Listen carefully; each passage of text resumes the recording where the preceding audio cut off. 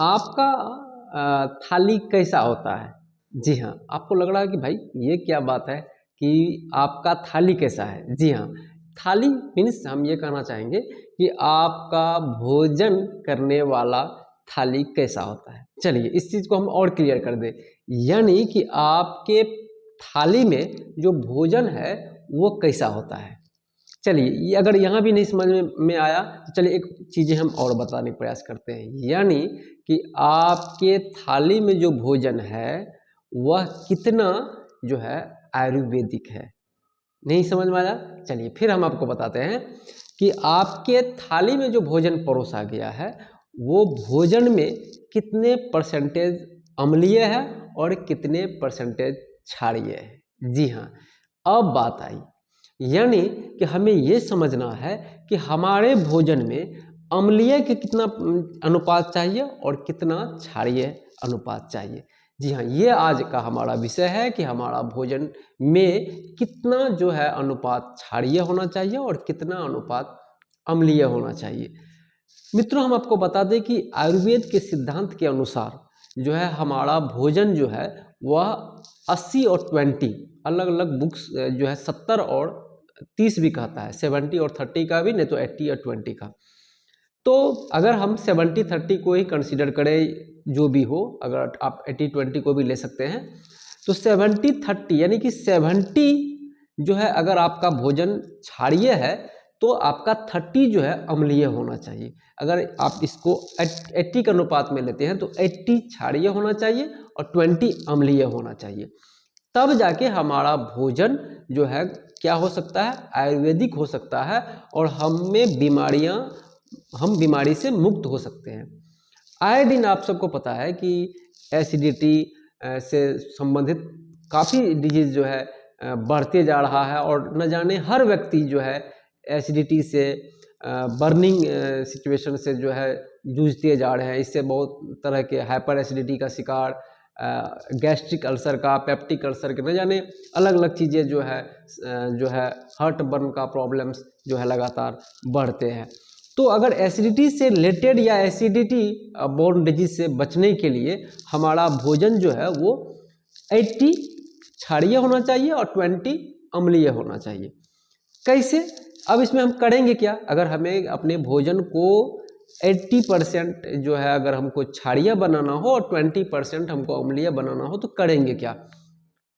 कि आप सबको पता है कि जितने सारे वेजिटेबल्स हमारे पास हैं, फ्रूट्स हैं, उसमें most of the fruits and vegetables are basic. जितने सारे आप वेजिटेबल्स देख रहे हैं और फल देख रहे हैं उसमें ज़्यादातर फल और सब्जियां जो है वो अल्कली की श्रेणी में आते हैं। कुछ एक को छोड़कर, जैसे नींबू है, संतरा है और आंवला है, इसमें 80-70% जो है वो विटामिन सी है और ये ऐसे खट्टा होते हैं तो इसमें एसिडिटी की मात्रा, एसिड ज़्यादा है। बाकी फल फ्रूट्स में और वेजिटेबल्स में अल्कलाइन ज़्यादा होते हैं। उसके बाद जो है जितने अनाज हैं, जो अनाज हम लोग खाते हैं, जैसे मोस्ट ऑफ द अनाज हम लोग राइस लेते हैं और गेहूँ खाते हैं, उसका आटा, और आटा के अलग अलग रूप हम लोग खाते हैं। फिर चावल है, चावल के अलग अलग रूप हम लोग खाते हैं। तो इतने ये चीज़ें क्या कर रहा है कि ये जो अनाज है ये हमें एसिडिटी लाता है। ये क्योंकि ये एसिड इन नेचर होते हैं। तो जितने भोजन है, फूड ग्रेन्स है, अनाज है, वो एसिड इन नेचर होते हैं और जितने फ्रूट्स और वेजिटेबल्स होते हैं वो अल्कलाइन इन नेचर होते हैं। तो आप समझ सकते हैं कि हमें अनाज की मात्रा को कम करना है और वेजिटेबल्स और फ्रूट्स की मात्रा को क्या करना है, बढ़ा देना है, ताकि आपका 70-30 या 80-20 का जो अनुपात जो है वो बैलेंस में रहे। ठीक है, तो इससे क्या होगा कि हमारे शरीर में जरूरतमंद सभी पोषक तत्वों की पूर्ति होती रहेगी और हमारे शरीर में एल्कलाइन का मात्रा ज़्यादा रहेगा तो एसिडिटी जो है बनेगा ही नहीं। ठीक है, तो आपको और हमें सबको जो है अपने भोजन में एल्कलाइन की मात्रा बढ़ा देनी चाहिए, यानी कि फ्रूट्स और वेजिटेबल्स बढ़ा देना चाहिए। बढ़ाने का सेंसेस इसमें आप अलग अलग रूप, जैसे आप सलाद का सेवन ज़्यादा कर सकते हैं, या फिर जो आप अनाज ले रहे हैं, भात दाल सब्जी जो है, तो सब्जी तो रहेगा ही, आप उससे पहले सलाद जो है भोजन का 1/3 या 1/4 आपको अपने बजट, अपनी क्षमता के अनुसार से अपने लिए सलाद और फ्रूट्स वगैरह सबका आप सेवन खाने से पहले करें। इससे क्या होगा कि अल्कलाइन की मात्रा हमारे बॉडी में बढ़ेगा, तो हमें जो एसिडिटी की उत्पन्न होने की संभावनाएं घट जाएगी। अच्छा, ये अल्कलाइन और एसिडिटी का लोचा क्या है, इसको हम लोग समझते हैं। समझना इस प्रकार से है कि अगर हमारा जो ब्लड है वो हमारा जो है बेसिक इन नेचर होता है, उसका जो पीएच वैल्यू है वो 7.4 है।